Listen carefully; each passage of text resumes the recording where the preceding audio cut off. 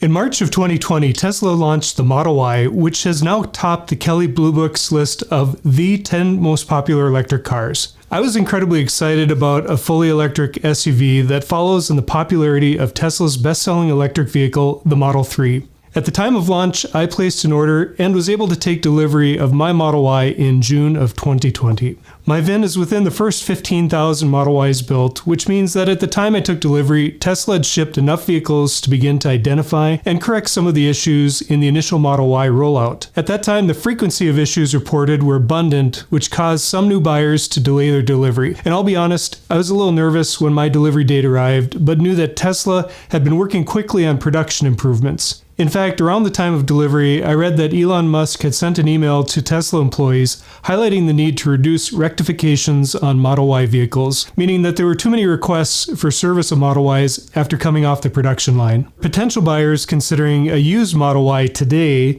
may wonder if one of the early Model Ys is a good choice. Well, stick around because in this video, I'm going to share with you exactly every issue that I've had with my Model Y in 2 years of ownership. I'll also tell you what I like and don't like from my Model Y ownership experience, and I'll share how well my car's battery range is holding up after 51,000 miles of driving.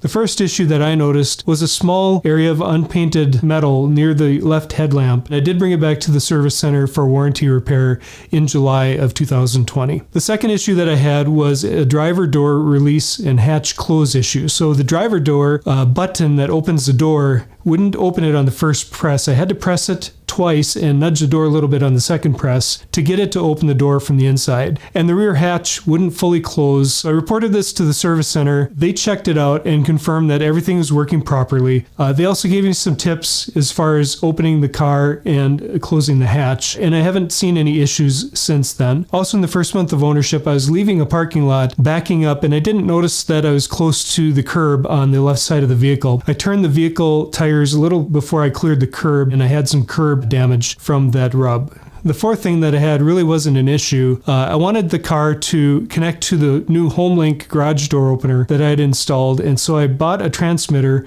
online from Tesla.com. So I took it back to the service center again in July, and I spent $300 for that install. The next issue, I was passing a semi on a freeway, and a rock kicked up from the truck and hit my windshield. So it took about 3 weeks to get the windshield, and the cost of that repair in August of 2020 was $1,271.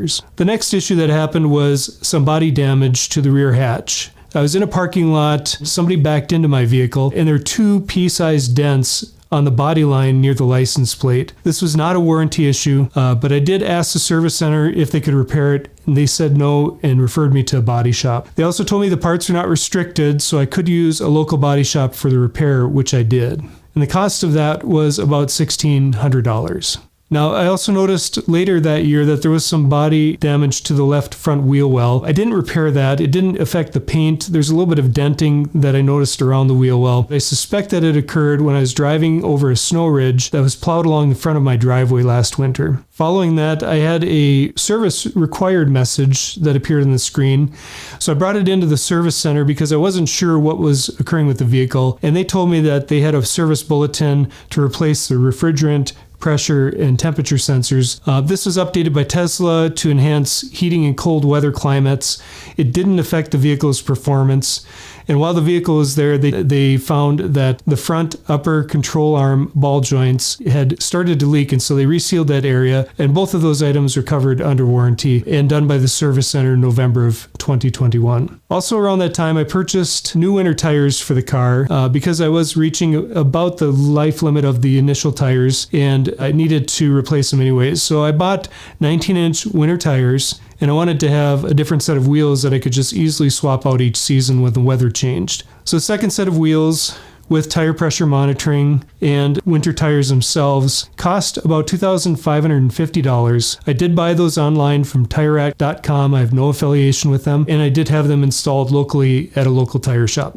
The next thing that happened was a recall notice in January of 2022 involving a seatbelt chime that may not activate, and so I did not have to bring that to the service center because it was actually resolved by an automatic over-the-air update that Tesla pushed out. The next item was that I purchased 20-inch summer tires to swap the winter tires back out for summer tires. So I bought the same tires that I had at the time of purchasing the vehicle, and I installed them on the induction wheels that came with the vehicle. And the cost of that was $1,400 in April of this year. And then that leads me to the last issue that I've experienced with the car, and this occurred right before the warranty expired at about 49,800 miles. I noticed a clicking in the front passenger window when it was closing during the last inch of travel. I submitted a service request, and a Tesla mobile service technician actually came to my house to replace the window motor and regulator assembly. And about that time, I also noticed that I have a 2-year-old vehicle, so I scheduled the air filter replacement. It's not a warranty repair, but the Tesla mobile service technician was here, and he took care of that at the same time. The cost of parts and labor with the cabin air filter replacement was $53. During the last 2+ years of ownership, there are a total of 13 service needs, excluding tire rotations. And breaking this down, it includes a total of 4 warranty repairs, 1 recall, 2 body shop visits for the parking lot incident, and the windshield replacement. And several of these were service needs for expected maintenance items such as tires and cabin filter. And since I do live in an environment that has road salt in the winter, I have the brakes inspected every 12 months, but I usually schedule this with a scheduled tire rotation service. So, what are some of the things that I don't like about the Tesla after driving it for 2 years?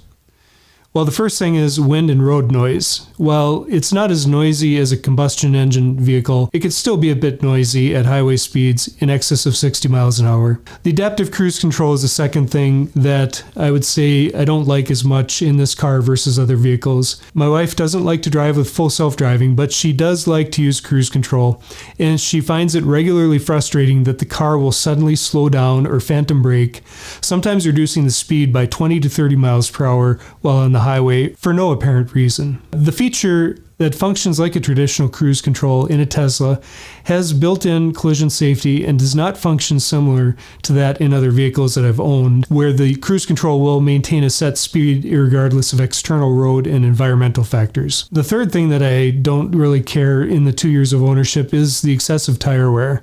This is due to a combination of a higher vehicle weight of an electric vehicle, instant acceleration, and performance tires that generally wear faster.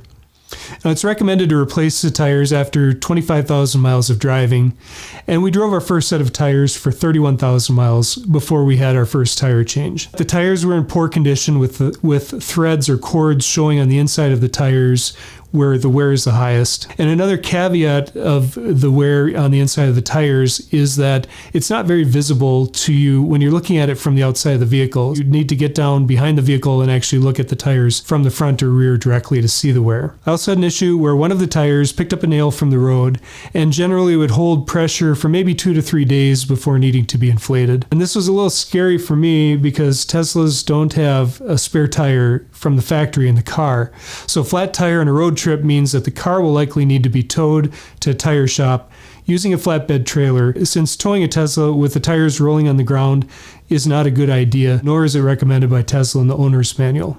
The fourth thing that I don't like is having to coach passengers that have not been in a Tesla how to enter and exit the vehicle. The door handles are really easy to use, but they're not intuitive to a Tesla novice. And then the fifth and final thing is really not a common thing, but at least twice since I've owned the vehicle, the car screen is frozen and rebooted during a drive. While the car continues to drive just fine, the visual indications that you have on the screen, such as the speedometer, or if you're backing up, the rear backup camera, are unavailable when this occurs. And out of the window visibility in the Tesla is not as good when backing up as with other vehicles, so the cameras are more of a necessity than a nice-to-have feature. So with all of that out of the way, let's flip into some of the things that I absolutely love about the Model Y. The first is cargo space.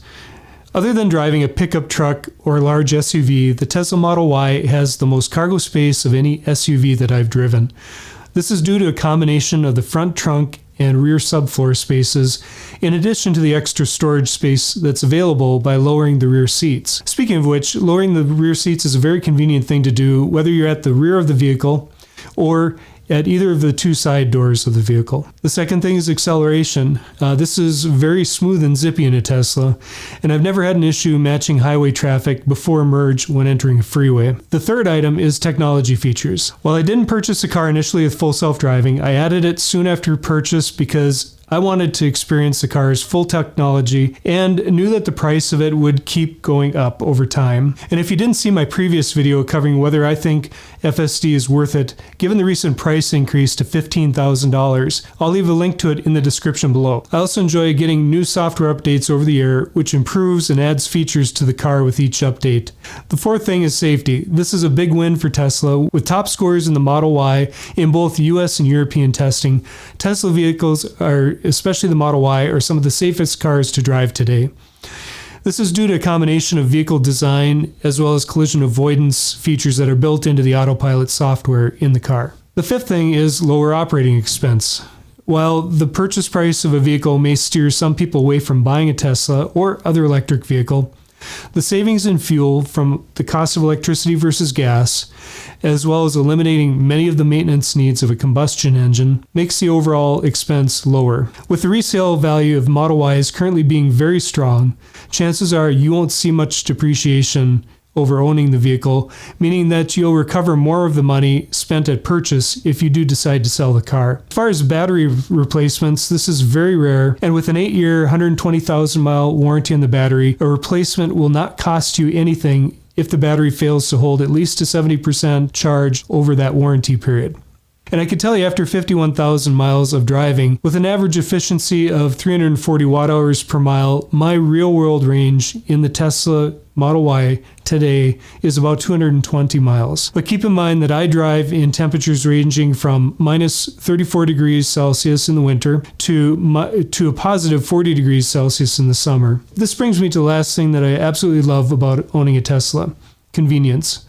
I really enjoy that I can walk up to the vehicle and open the door without searching for a key. I also like that there's no ignition or start switch. You simply get in the car, put the car in drive or reverse, press the accelerator, and you're going. And when you leave the vehicle, you don't need to remember to lock it. It does that automatically if you have the Tesla app installed on your phone. Also, fuel management is something that I find very convenient. That's because I don't have to plan a fuel stop into my daily commute, since my car is always charged and ready to go each day with whatever range that I need. And charging on long road trips is easier in a Tesla since the supercharger network is the best available. You can also access level 2 chargers or faster CCS chargers by the use of adapters or using the car's mobile charge cord. So after 2 years of driving my Model Y, would I still buy one knowing what I know today? For me, it's a pretty simple answer: yes. Unless we decide to buy a tow-behind RV or need more cargo capacity like in a truck, we'll likely stay with the Model Y for the foreseeable future. I'm always talking this vehicle up with friends as the best family electric vehicle to own, and it fits our needs very well. I typically drive 30 to 40 miles each day and make 2 trips each month to our cabin, which is about a 250-mile drive each way. I've also taken it on an 800-mile road trip and have not had any issues and have not experienced any range limitations. So that wraps up my thoughts and total experience for this Model Y. If you own a Model Y or another Tesla vehicle, I'd be curious to hear if you've experienced these or other issues. Feel free to share it in the comments section below so that we can all learn from one another. And don't forget to hit the like button if you haven't already.